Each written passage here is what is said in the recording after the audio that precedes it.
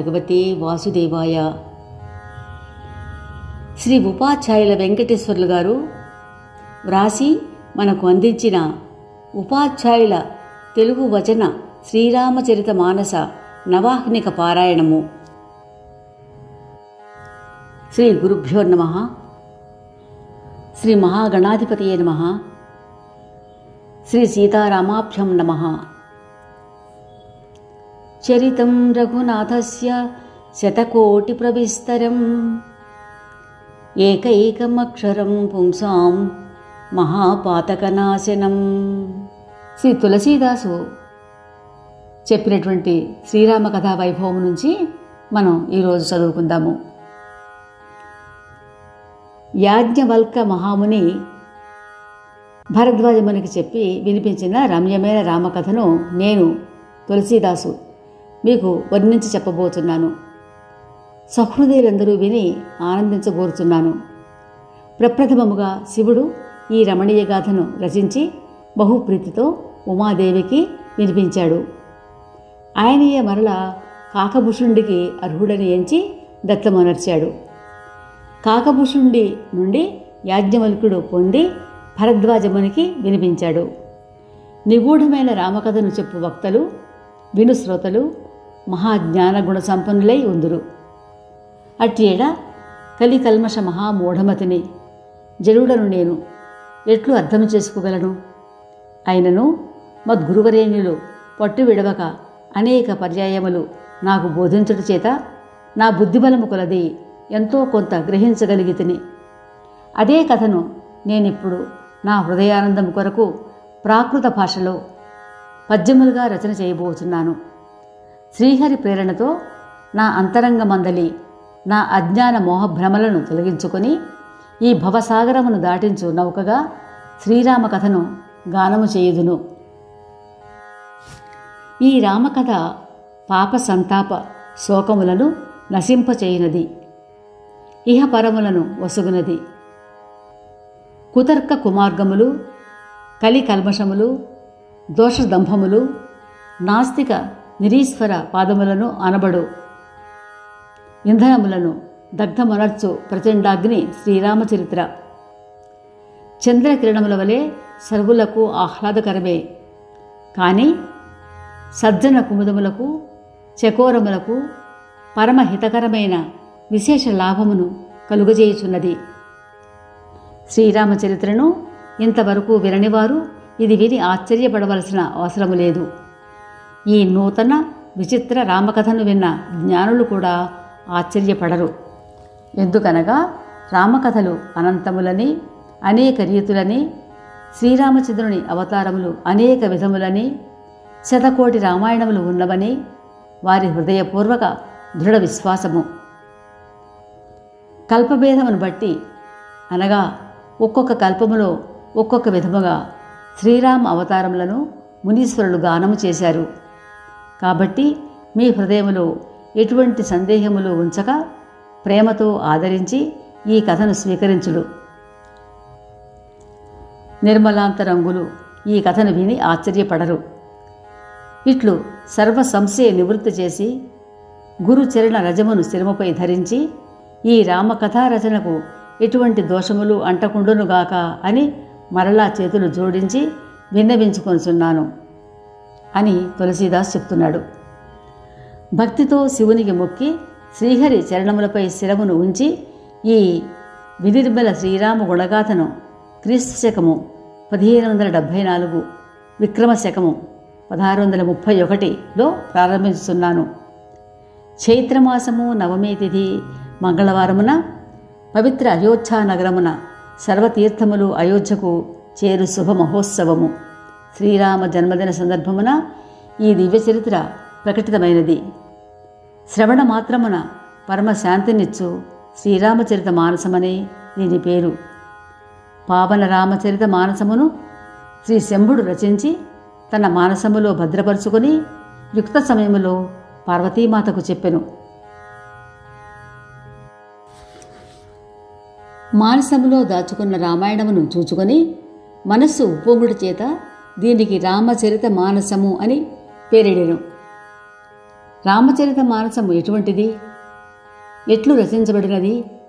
ఏ కారణముచే లోకములో అంత ప్రాచుర్యము పొందినది? ఆ సర్వ విషయములను శ్రీ ఉమామహేశ్వరులను తలుచుకొని ఇప్పుడు చెప్తున్నాడు తులసీదాసు. శ్రీ శివకృపచే హృదయములో పరిశుద్ధ భావములు వికసించుట చేత ఈ తులసీదాసు రామచరిత మానసమును రచించగలిగాను. నేను నా శక్త్యానుసారము పరమసుందరముగా దీనిని రచింపకోరుచున్నాను చెప్తున్నాడు ఇంకా తులసీదాసు. ఈ రామకథలో బుద్ధి చాతుర్యముతో రచించబడిన 4 సంవాదములు కలవు. భుషుంటి గరుడ సంవాదము, శివపార్వతుల సంవాదము, యాజ్ఞవల్క్య భారద్వాజ సంవాదము, తులసీదాసు సాధు సజ్జన సంవాదము. విషయలోలురు దుర్మార్గులు అయిన నీచ బకకాకములు ఈ సరోవర సమీపమునకు రాజాలవు. కారణము అందులో వాటికి కావలసిన నత్తలు, కప్పలు, నాచు మొదలగు విషయ వాసనాభరిత కథలు లేవు కదా. శ్రీరామకృప లేనిచో ఇచ్చటికి ఎవరూ చేరలేరు. శ్రీ రఘురాముని యందు ప్రీతి లేని వారికి ఈ మానస సరోవరము చేరుట దుర్లభము. శ్రీరామచంద్రుడు ఎవరిని తన కృపాదృష్టితో చూచుదురో వారికి ఏ విధమైన విఘ్నములు కలుగవు. ప్రేమతో వారు ఈ సరోవరములో స్నానము చేసి మహాభయంకరములైన అంటే ఆధ్యాత్మిక, ఆదిదైవిక, ఆదిభౌతిక త్రివిధ తాపములను చల్లార్చుకుందురు. శ్రీరామచంద్ర చరణ కమలములందు ప్రేమాతిశయము కలవారు ఈ సరోవరమును ఎన్నడూ విడువరు. సోదరులారా, మీరీ సరస్సులో స్నానము చేయతలిచినచో మనస్ఫూర్తిగా సత్సాంగత్యము చేయుడు. నేనిప్పుడు శ్రీ రఘుపతి చరణ కమలములందు మనసు నిలిపి వారి అనుగ్రహముతో మునిశ్రేష్ఠులు ఇద్దరి సమాగమము సంవాదము వర్ణించెదను. భరద్వాజముని ప్రయాగ నివాసి, వారికి శ్రీరామాచరణములందు అత్యంత ప్రీతి. మహాతపస్వి, వారు నిగ్రహ చిత్తుడు, చితేంద్రియుడు, దయాసముద్రుడు, పరమార్థతత్వ నిపుణుడు. మాఘమాసములో సూర్యుడు మకర రాశి చేరినప్పుడు ప్రయాగ క్షేత్రమునకు దేవతలు, దానవులు, కిన్నరులు, నరులు వచ్చి భక్తి శ్రద్ధలతో పావన త్రివేణిలో స్నానమాచరించి వేణీ మాధవుని చరణములు పూజించి అక్షయ వటమును స్పర్శించి ఆనందాతిరేకముతో ఉలకింతురు. అచటి భరద్వాజాశ్రమము అతి పవిత్రము, పరమ రమణీయము. ముని మానసములకు ఆహ్లాదము కలిగించును. ప్రయాగతీర్థములో ప్రాతస్నానములు చేసి ఋషులు, ముని సంఘములు భరద్వాజాశ్రమము చేరి పరస్పరము భగవల్లీలా ప్రసంగములు చేయుచుందురు. 1 సంవత్సరము పై విధముగా ప్రసంగములు చేసి ముని బృందములు ఎవరి ఆశ్రమములకు వారు వెళ్ళిపోయేరి. కానీ భరద్వాజముని మహాజ్ఞాని అయిన యాజ్ఞవల్క్యముని పాదములకు మొక్కి మరికొన్ని దినములు తన ఆశ్రమములో ఉండునట్లు బలవంత పెట్టి ఆపుకొన్నాడు. ఒక దినమున పరమప్రీతితో పాదప్రక్షాళన చేసి పవిత్రాశ్రమంపై కూర్చుండబెట్టి పూజించి స్తోత్రము చేసి పావన మధుర వాక్కులతో ఈ విధముగా అన్నాడు. స్వామి, నా మనసులో కొన్ని సందేహములు కలవు. తత్వశాస్త్రములన్నీ మీ గుప్పిట ఉన్నవి. వేద తత్వరహస్యములన్నీ తెలిసి ఉండుట చేత నా సంశయములను మీరే తీర్చగలరు. నా సందేహమును మీకు తెలుపుటకు నాకొకవైపు భయము, మరి ఒకవైపు సిగ్గు కలుగుతున్నవి. ఇతడు నన్ను పరీక్షించుతున్నాడని మీరు అనుకొందురు అను భయము. ఇంత వయసు వచ్చినది, ఈ మాత్రము తెలియదా అనుకొందురని సిగ్గు. కానీ అడుగకపోయినచో నాకు హాని ఆ విధంగానే అజ్ఞానిగానే ఉండిపోదును. గురువునద్ద దాపరికము ఉంచగా హృదయములో ఎప్పటికీ విశుద్ధ జ్ఞానము ఉదయించదు. అందుచే నా అజ్ఞానమును మీ ముందు ఉంచుతున్నాను. స్వామి, ఈ దాసునిపై దయ ఉంచి నా అజ్ఞానము నివృత్తి చేయుడు. మహాత్ములు, ఉపనిషత్తులు, పురాణములు, రామనామ మహత్యమును అందరూ వేనోళ్ల కొనియాడిరి. కళ్యాణ స్వరూపుడు, జ్ఞానగుణ రాశి, అవినాశి అయిన శంకర భగవానుడు నిరంతరము రామనామమును జపిస్తూ ఉంటాడు. పవిత్ర కాశీలో మరణించిన చతుర్విధ జీవజాలమంతటికీ శంభు భగవానుడు దయతో రామనామమును ఉపదేశించుట చేతనే కదా పరమపదము లభించుచున్నది. అది రామనామ మహిమయే. ప్రభు, ఆ రాముడెవరో మీ వలన నేను తెలుసుకున కోరుచున్నాను. దయానిధి విశదముగా నాకు తెలుపుడు. ఒక రాముడు దశరథ చక్రవర్తి కుమారుడని జగత్ప్రసిద్ధియే. ఆయన నారీ వియోగముచే అపార విరహ దుఃఖమును పొంది మహారోషావేశముతో రణరంగములో రావణుని సంహరించెను. ప్రభు, సదాశివుడు సదా జపించు రామనామము ఈ రామునిదేనా? వేరెవరైనా కలరా? మీరు సత్యసంకల్పులు, సర్వము మీకు తెలుసును. కాన జ్ఞాన విచారణ చేసి సత్యము నాకు తెలుపుడు. నా భ్రమలు తొలగునట్లు విస్తారముగా సర్వమును విశదీకరించి తెలుపుకోరుచున్నాను. అప్పుడు యాజ్ఞవల్క్యుడు చిరునవ్వుతో ఈ విధముగా అన్నాడు. ఓ ముని, రఘురామ వైభవము నీకును తెలుసు కదా. నీవును విశుద్ధ రామ భక్తుడివే కదా. నీ విజ్ఞత నాకు అర్థమైనది. నిగూఢ శ్రీరామతత్వమును తెలుసుకొనవలనని అజ్ఞాని వలె నన్నిట్లు ప్రశ్నించావు. నాయనా, మనసు ఉంచి ప్రీతితో వినుము. రమణీయ రామకథను చెప్పుచున్నాను. ఒకానొకప్పుడు పార్వతీదేవి నీ వలనే మహాదేవుని ప్రశ్నించగా శివుడు విస్తారముగా దానికి సమాధానము చెప్పాడు. ఆ ఉమామహేశ్వర సంవాదమును నా బుద్ధికి తోచినంతగా నీకు తెలుపుదును. అది ఎప్పుడు ఏ సందర్భములో జరిగినో దానికి హేతువేమో తెలిపెదను. వినుము. నీ అజ్ఞాన విషాదమును తొలగించెదను. త్రేతాయుగములో ఒకప్పుడు శంభు భగవానులు జగజ్జనని భవాని సతీదేవితో కలిసి అగస్త్య ఋషి ఆశ్రమమునకు వెళ్ళెను. త్రేతాయుగములో ఒకప్పుడు శంభు భగవానులు సతీదేవితో కలిసి అగస్త్య ఋషి ఆశ్రమానికి వెళ్ళాడు. సర్వేశ్వరుడు వచ్చారని ఋషి వారిని చక్కగా పూజించాడు. అగస్త్యుడు రామకథను విస్తారముగా వర్ణించి చెప్పగా విని మహేశ్వరుడు బ్రహ్మానందభరితుడయ్యాడు. ఋషీశ్వరుడు పరమశివుని శ్రీహరి లీలలను చెప్పమని కోరగా అగస్త్యముని అర్హత కలవాడని తలచి భవుడు రహస్య తత్వజ్ఞానముతో సహా భక్తిని నిరూపించి చెప్పారు.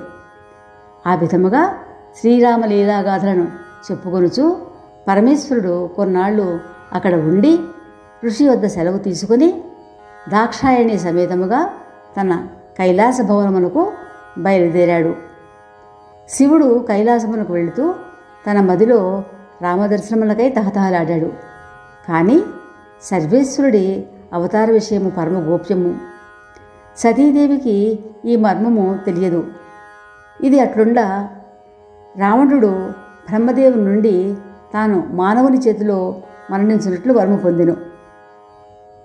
రామచంద్ర ప్రభు బ్రహ్మవాక్యమును సత్యము చేయదలచి మానవావతారం ఎత్తి సీతా లక్ష్మణ సహితముగా పితృవాక్య పరిపాలనలో వనవాస దీక్షలో ఉండగా దండకారణ్యమున పంచవటిలో ఉండగా మారీచుడు రావణ సహాయం కొరకై మాయలేడిగా సీత ఎదురుగా తిరుగాడడం, సీతాదేవి ఆ బంగారు లేడిని తెచ్చిమ్మని రాముని కోరడం, సర్వజ్ఞ అయిన శ్రీరాముడు మారీచుని వధింపనించి దానిని వెంటాడి చంపడం, సీత పంపడంతో లక్ష్మణుడు శ్రీరాముని కలిసి తిరిగి వచ్చి పర్ణశాలలో సీతాదేవి రావణుని చేత అపహరించబడినదని ఎన్నడూ సంయోగ వియోగములు లేని పరమాత్మయందు విరహతాపం ప్రత్యక్షముగా కనబడటం, శ్రీ రఘురాముడు సామాన్య మానవుని వలె విరహ వ్యథాపీడితుడవుట శ్రీ రఘురామ చరిత్రములో అతి విచిత్రము. పరిణతి చెందిన జ్ఞానులు మాత్రమే దానిని సరిగా అర్థం చేసుకోగలరు. మోహవశులైన మందబుద్ధులకు అది వక్రముగా తోస్తుంది. రేపు ఇదే సమయానికి సతీదేవి చరిత్ర మన మోహనవాణి ద్వారా విందాము.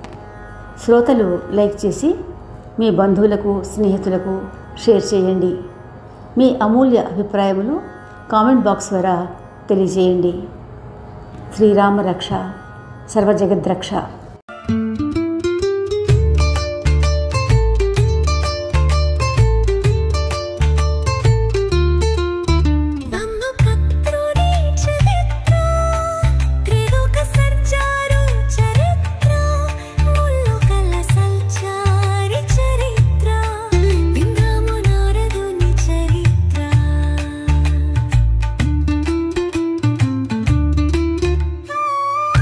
మోహనవాణి తెలుగు పోడ్కాస్ట్ వింటున్న శ్రోతలందరికీ హృదయపూర్వక ధన్యవాదాలు. వినండి, వినిపించండి, వింటూనే ఉండండి. మోహనవాణి తెలుగు పోడ్కాస్ట్ మీరు వింటున్నారు. మోహనవాణి. మా కార్యక్రమాలు మీకు నచ్చితే ఇప్పటివరకు మా ఛానల్కి సబ్స్క్రైబ్ చేసుకోకపోతే వెంటనే ఈ క్షణమే సబ్స్క్రైబ్ చేసుకుని ఆ పక్కనుండే బెల్ బటన్ని మ్రోగించి అందరికీ షేర్ చేసి మీ విలువైన కామెంట్ను కూడా చేసి మమ్మల్ని ప్రోత్సహిస్తారని కోరుతున్నాను.